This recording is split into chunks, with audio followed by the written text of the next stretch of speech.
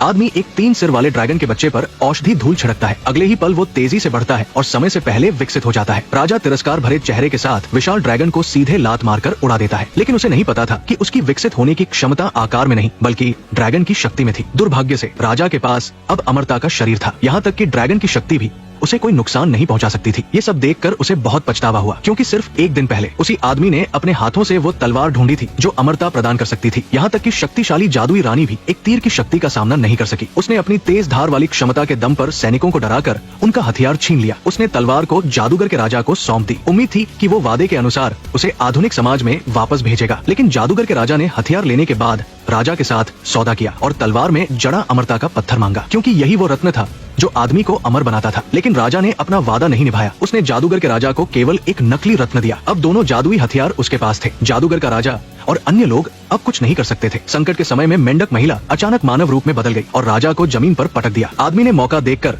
जमीन पर पड़ी जादुई तलवार उठा ली। मैदान का हाल तुरंत पलट गया। जीत का फैसला अब लाखों लोगों के हाथ में था। जब मेंढक महिला को लगा कि आदमी नायक बनकर सबको बचाएगा, आदमी ने अचानक जादुई तलवार से समय और स्थान का रास्ता खोल दिया और हथियार फेंककर जादुई दुनिया छोड़ दी। हालांकि आदमी आखिरकार अपने परिचित घर लौट आया, लेकिन उसके मन में कहीं न कहीं आत्मग्लानि थी। साथियों को छोड़कर युद्ध से भागने का अपराध बोध उसे हर पल सता रहा था। उसने लंबे समय तक सोचा और अपने दिल की बात मानने का फैसला किया। वो पहले की तरह फिर से बैल पर्वत के जादुई फल तक पहुंचना चाहता था, लेकिन इस बार वो सफल नहीं हुआ। उल्टा उसके अजीब व्यवहार की वजह से उसे हवालात में डाल दिया गया। लेकिन संयोग से वो उसी जादूगर से मिला जिसने उसे जादुई दुनिया में भेजा था। हालांकि जादू करने के लिए उसे पहले जब्त की गई जादू की छड़ी वापस लेनी थी। सौभाग्य से पुराने धोखेबाजी के कौशल अभी बाकी थे। पहरे वाले को उसने जल्दी ही बेवकूफ बना लिया। जादूगर ने मौका पाकर जादुई औषधि निकाली और उसे बैल पर्वत के जादुई देश में लौटने के बाद इसका इस्तेमाल कर तहखाने में बंद ड्रैगन की जादुई शक्ति को जगाने को कहा। फिर जादुई छड़ी लेकर समय का रास्ता खोला और उसे जादुई दुनिया में वापस भेज दिया। लेकिन जब आदमी तहखाने पहुंचा तो पाया कि किंवदंती में क्रूर ड्रैगन केवल अंगूठे के आकार का था। उसे जादूगर की दी हुई जादुई औषधि याद आई। उसने जल्दी से ड्रैगन के सिर पर इसे छिड़क दिया, लेकिन दुर्भाग्य से इसका कोई असर नहीं हुआ। उल्टा पहरेदारों को खबर हो गई और उसे मौके पर पकड़ लिया गया। जब आदमी वहाँ से जा चुका था, ड्रैगन के 3 सिर पानी के सहारे जादुई औषधि चाटने लगे। इसी बीच जादूगर का राजा